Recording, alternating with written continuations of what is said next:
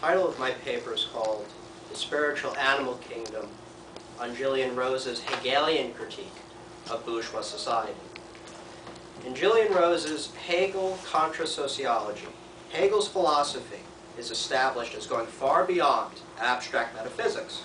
For Rose, the real contribution Hegel makes for social analysis anticipates Marx, and even, in certain respects, surpasses Marx.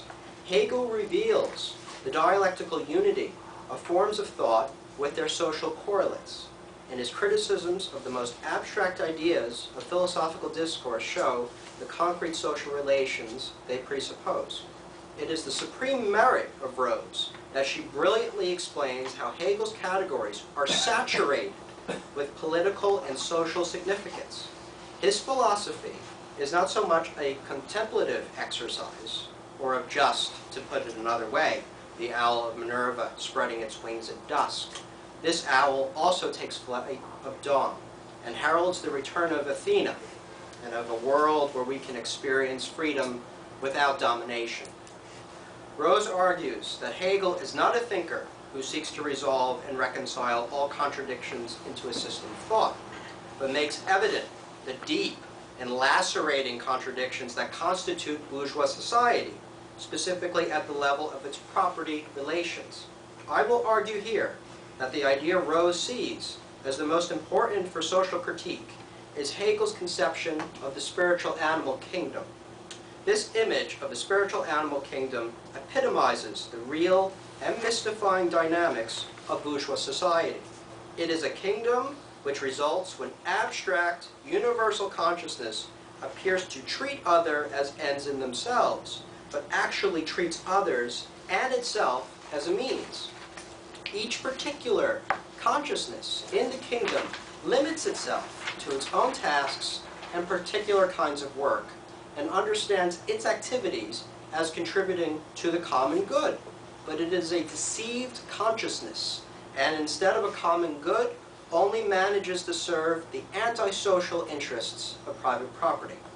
According to Rose, Hegel's critique of civil society is not conducted under the lens of the master-slave dialectic, as many Marxists have used to analyze the relationship of classes under capital.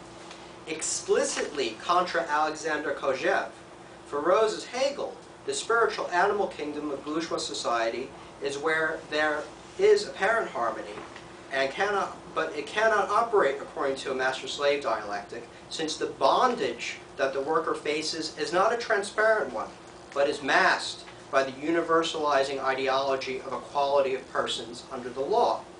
Rose is not concerned with transparent relations of bondage, but how the abstraction of the equality of persons becomes separated from the rest of social life, or how our experience of universality as modern subjects is in fact an illusory one.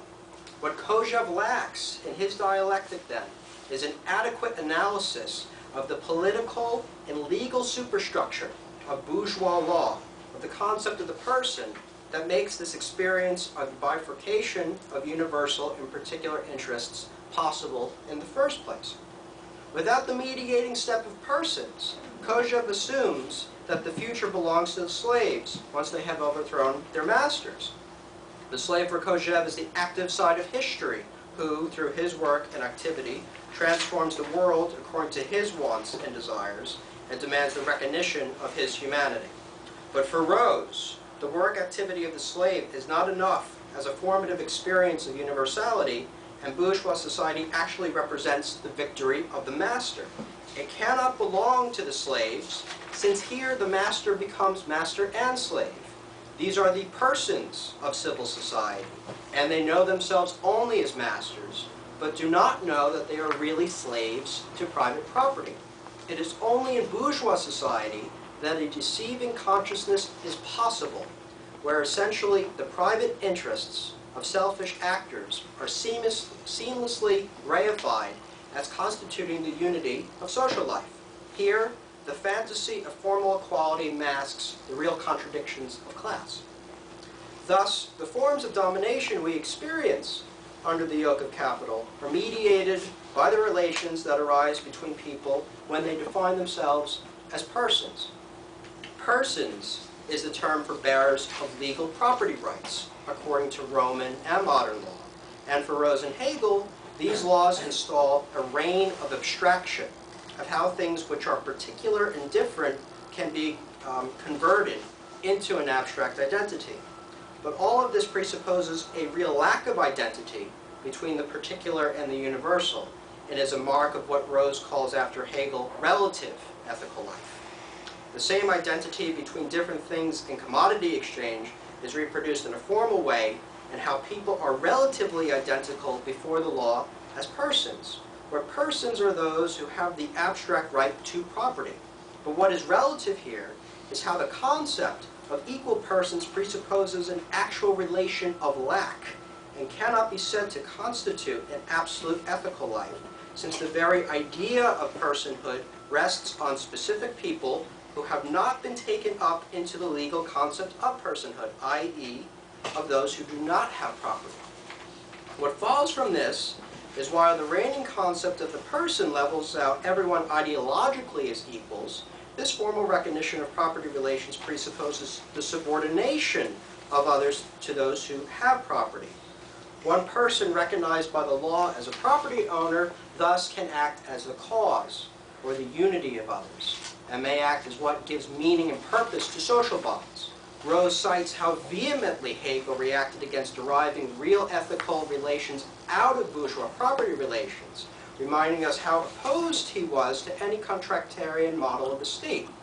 As a side note, though not insignificant, Hegel's vehemence extends to Kant's notion of marriage as a contract, famously satirized by Bertolt Brecht. Brecht called this particular notion the agreement concerning reciprocal use of chattels and sexual organs, which Kant calls marriage. From Rose's reading, Hegel sees Kant and Fichte as the real philosophical architects of capitalist social relations, of how their very oppositions between theoretical and practical reason, of concepts and intuitions, reinscribes the basic dynamics of the exploitation of man and nature. In Kantian ethical theory, as critiqued by Hegel in his early essay on natural law, all specific and historical aspects of social life are abstracted in order to affirm the goodwill of the moral individual in itself. This will is treated in isolation to others, and thereby excludes itself from any real sense of unity. Even the postulation of our unity of the moral law with God as a regulative idea, or of our ability to actualize our subjective maxims as universal in the realm of contingency, is a case of illusory thinking for Hegel, since these things are merely posited and are not grounded in actual relations. But these apparently abstract notions of freedom that Kant and Fichte advance have their own social logic. These notions are in fact informed by the real social circumstances of specific bourgeois property relations, and Hegel tries to show how, with reference to Kant's examples, that private property is smuggled in and affirmed by Kant's formal ethical criteria.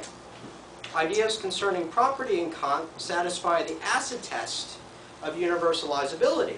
And to use just one example, Kant insists that deposits shouldn't be appropriated to merely increase our fortune, since if one universalizes maxim, then deposits would cease to exist. However, Hegel finds this whole procedure tautological and spurious. It is tautological because it assumes the existence of deposits from the outset, and it is spurious since private property resists the conceit of universalizability. Private property is something conditioned, i.e., it is something that is determined by specific social relations. But Kant attempts to transform these relations into unconditionally moral ones, and thereby conceals the suppression of any concrete universality private property denies. It is thus immoral for Kant to universalize any subjective maxim of the will which presupposes the institution of private property, since private property, by its very own definition, cannot be universal. Continuing in his essay on natural law, Hegel argues how property itself is directly opposed to universality, and when it is equated, the new